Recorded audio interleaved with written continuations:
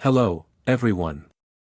This is the first video made by the Verisense team to make a brief introduction about Verisense Network and demonstrate how to develop an AVS on Verisense. The image shows the infrastructure of Verisense. The Verisense blockchain is built by Substrate but secured by some res-taking providers. In another word, the validators of Verisense blockchain is spawned from operators of some res-taking protocols. The key point is that Verisense Network actually provides a standard environment like a container to run AVS inside the Verisense validators. Let's take a look at what does the AVS development look like.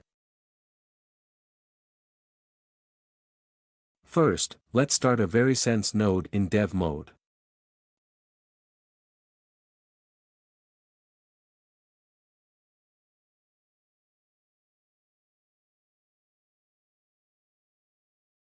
We can see that the node has been started. Then create a Rust project. Here I've already created one. The code is quite simple.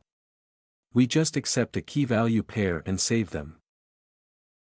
Notice there is a macro called post which is provided by the Verisense SDK.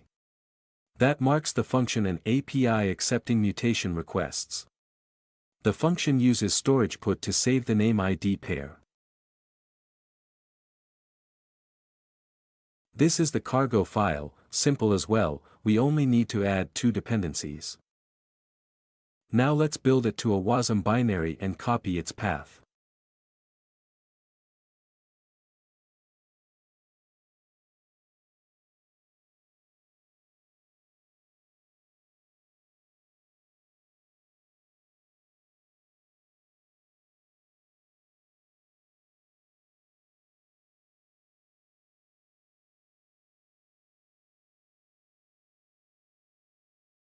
Next we need to publish our hello demo.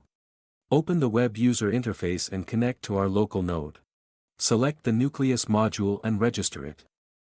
We need to input a few parameters at this stage. The capacity indicates how many nodes the AVS requires. Let's submit this transaction to complete the registry.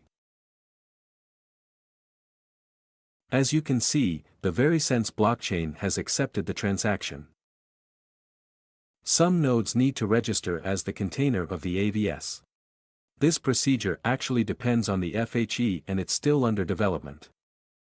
Here we just wrote a mocking API to complete this step. Input the AVS ID we just copied.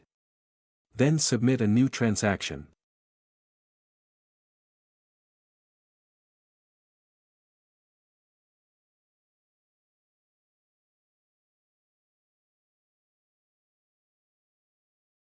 Now we got a volunteer node, Alice, to run our AVS.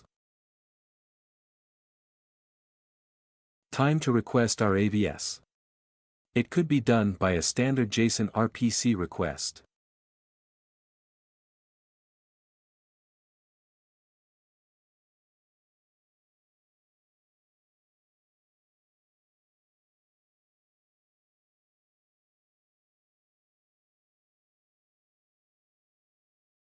The method is constant, nucleus post. And the first parameter is the ID of the AVS. Then the method name we will call. The last parameter is the parameters of the method. The parameter needs to be encoded by scale codec which we don't know now, but it is okay to make a try. It replies that we didn't encode it correctly. We are also developing the TypeScript SDK and a command line tool to take care of this. But now, let's switch back to our source code. I wrote a unit test to print the encoding result.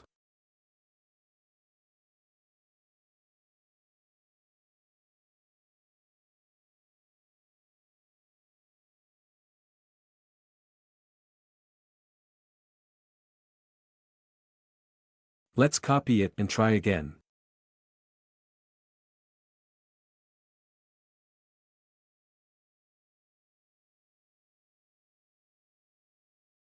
It now works fine. Alright, this is a very simple example. If you are interested in our works, please keep an eye on it. Bye.